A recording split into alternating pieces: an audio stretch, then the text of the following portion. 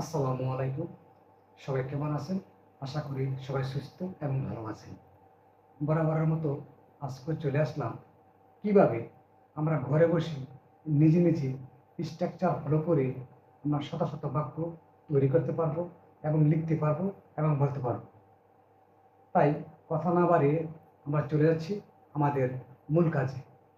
আপনারা দেখতে পাচ্ছেন আমি পিছনে কিছু বাক্য লিখে রেখেছি এবং একটা স্ট্রাকচার লিখে রেখেছি, যে স্ট্রাকচার ফলো করে আপনি ঘরে বসে নিজে নিজে শত শত বাক্য তৈরি করতে পারবেন।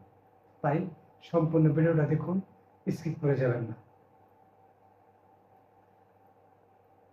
কোনো কিছু করতে পারবো থাকলে গঠন নিম্নরূপ।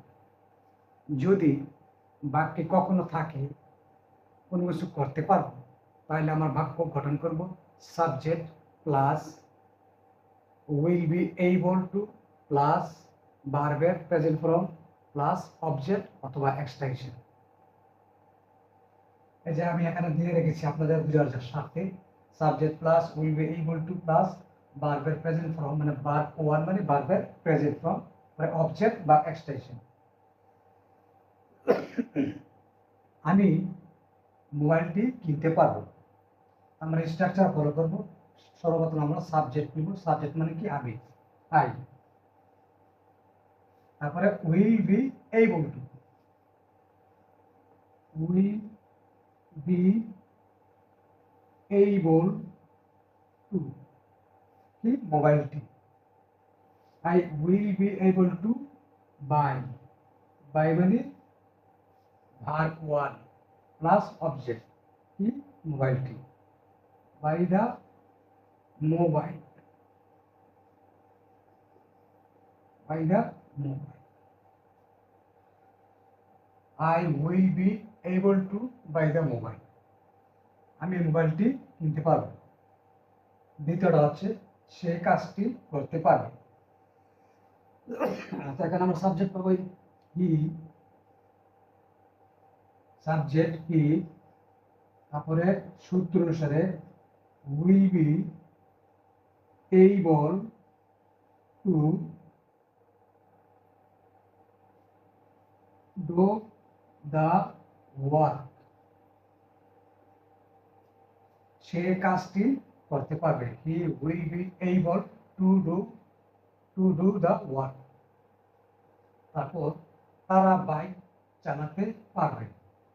তারা মানে সাবজেক্ট, দে, আমরা দে ব্যবহার করবো, they will be able to ride, R I D, ride the bike, তারা বাইকটি চালাতে পারবে। They will be able to ride the bike.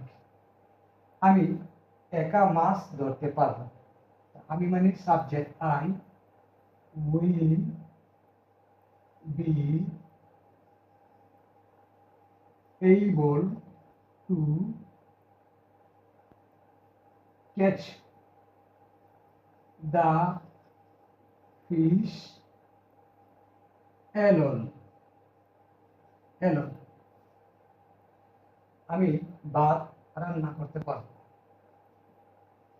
I will be able to, ভার্বের প্রেজেন্ট ফর্ম রান্না করা, কুক,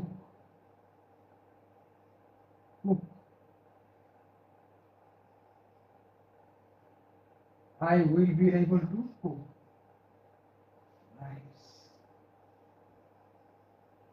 আমি ভাত রান্না করতে পারবো, I will be able to cook rice.